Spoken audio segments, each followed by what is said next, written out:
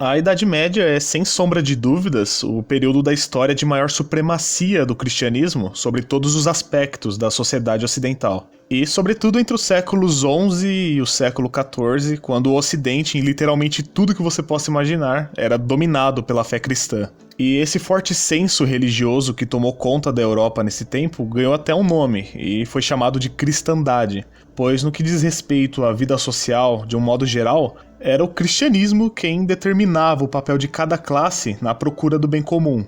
Então a economia, a justiça, o trabalho cotidiano, as obras de caridade, tudo era feito tendo em vista os preceitos da religião.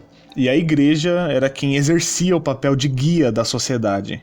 Em última análise, os 10 mandamentos e as leis da igreja regulavam o comportamento de cada um. E não venha pensando que essa era uma relação forçosa, porque de jeito nenhum era. Essa era uma relação completamente espontânea. As pessoas aceitavam a autoridade da igreja e dificilmente alguém ousava questionar o papel dessa instituição que praticamente reconstruiu a civilização após a queda do Império Romano. Mas uma questão muito interessante da gente tratar aqui, e que serve até de inspiração para os nossos dias, já que nós vivemos no Ocidente completamente laicizado, é como viviam os cristãos da Idade Média, espiritualmente falando. Bom, antes de tudo eles rezavam, e rezavam muito. Para toda e qualquer situação do cotidiano, o fiel fazia preces a fim de obter proteção e para pedir a Deus o auxílio divino no bom andamento de seus afazeres diários. E para isso, o cristão da Idade Média costumava se utilizar das formas tradicionais de oração, que era o Pai Nosso e o Credo. Já a oração da Ave Maria só vai tomar a forma que nós conhecemos hoje no século XII, mas a entrega do homem medieval à mãe do Nosso Senhor também é algo marcante desse período da história, como nós vamos ver mais à frente. Fato é que, da nossa perspectiva fortemente secularizada aqui do século XXI, para alguns vai parecer puro fanatismo ou credulidade ingênua a intensidade com que os cristãos medievais se apegavam à sua fé para receber de Deus proteção e benefícios. E, de fato, diferentemente da sociedade contemporânea, a religião era a base de tudo para o povo daquele tempo. E talvez a característica mais essencial, que era como um dos alicerces que davam razão à esperança dessas pessoas, é o caráter profundamente escriturístico do cristianismo medieval. Mas como assim? A Sagrada Escritura, a Bíblia, era conhecida por todos na Idade Média, pelo menos superficialmente. Já se você quisesse se aprofundar em muitos outros textos e conhecer o pensamento dos pais da igreja, por exemplo, especialmente Santo Agostinho, que ainda era muito popular no século XI em diante, aí sim, seria melhor que você se matriculasse numa universidade ou entrasse em um convento, porque fora isso, seria muito difícil mesmo você obter conhecimento acerca de textos não bíblicos. Mas, por outro lado, as Sagradas Escrituras mesmo, por sua importância para a fé cristã, ao contrário do que muita gente pensa, eram de um amplo conhecimento na Idade Média. Então alguns vão dizer que a Igreja Católica era obscurantista, que ela impedia o acesso das pessoas à Bíblia na Idade Média, mas se nem todo mundo podia possuir uma Bíblia, nós temos algumas razões que explicam muito bem isso. Primeiro que nós temos um problema tecnológico, né? Até a invenção da imprensa no século XV, todos os textos eram copiados à mão, num processo que exigia um trabalho árduo, demorado e muito custoso. Então, no final das contas, só quem podia possuir uma Bíblia era quem podia pagar por isso, e poucas pessoas podiam. Outro ponto é que a Bíblia ela é repleta de passagens de difícil compreensão, né? Que abrem muitas brechas para as mais variadas interpretações. E quando um leigo ele resolve se propor a interpretar um desses textos sem o auxílio da tradição e do magistério, geralmente isso acaba descambando em heresia.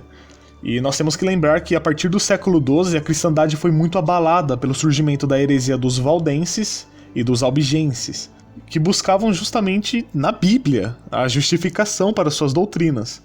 Eles deturpavam a escritura, né? Logo, dá para entender um pouco o temor da igreja quanto a textos tão poderosos caindo nas mãos de qualquer um.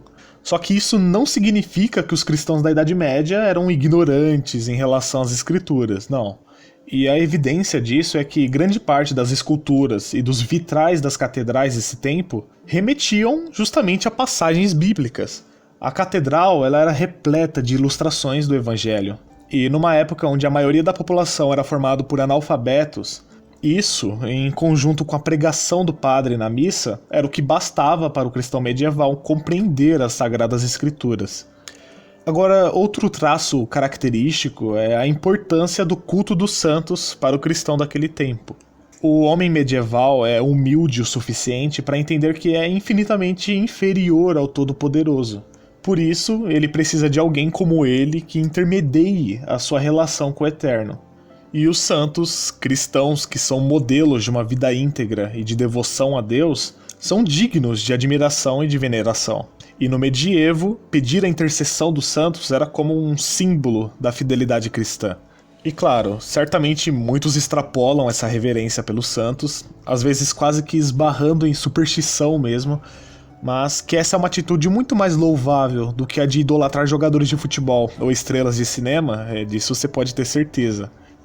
O pedreiro reza ao apóstolo São Tomé, o curtidor a São Bartolomeu, o sapateiro a São Crispim, e todo viajante sabe que não pode partir tranquilo sem a proteção de São Miguel Arcanjo.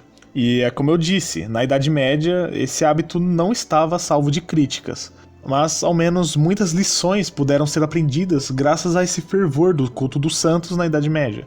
De cada um destes heróis, que são os santos, o cristão recebe um exemplo sublime.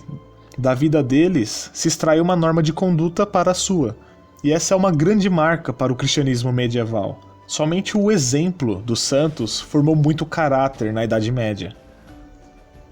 Além disso, há outros dois elementos ainda muito marcantes para o cristianismo na Idade Média, que é a devoção à humanidade de Cristo e o culto à Nossa Senhora. Essas eram práticas muito presentes no medievo. E não que isso não fosse uma realidade também nos primeiros séculos da era cristã. Só que no ponto alto da Idade Média, na era de ouro da cristandade, isso ganhou novos contornos e se tornou ponto essencial da fé cristã. A paixão pela humanidade de Cristo, o Verbo encarnado, o Filho de Deus feito homem, é quase que análoga àquela ao culto dos santos, né? Pois uma vez que os santos intermediam nossa relação com Deus, Cristo, não obstante, é o supremo intermediário entre o pecador e o seu juiz. E essa devoção pela humanidade de Cristo se dá porque Jesus promove uma aproximação entre Deus e o homem. Pois Cristo é o Verbo que encarnou e habitou entre nós. E essa noção de que o próprio Deus, a segunda pessoa da Santíssima Trindade, veio até este mundo viver as mesmas angústias que nós vivemos, passar pelas mesmas aflições que nós passamos, isso aproxima demais, e por isso esse fascínio medieval pela humanidade de Cristo.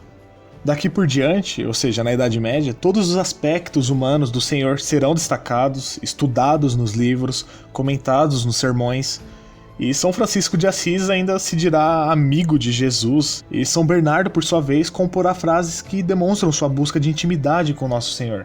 São textos de uma devoção grandiosa.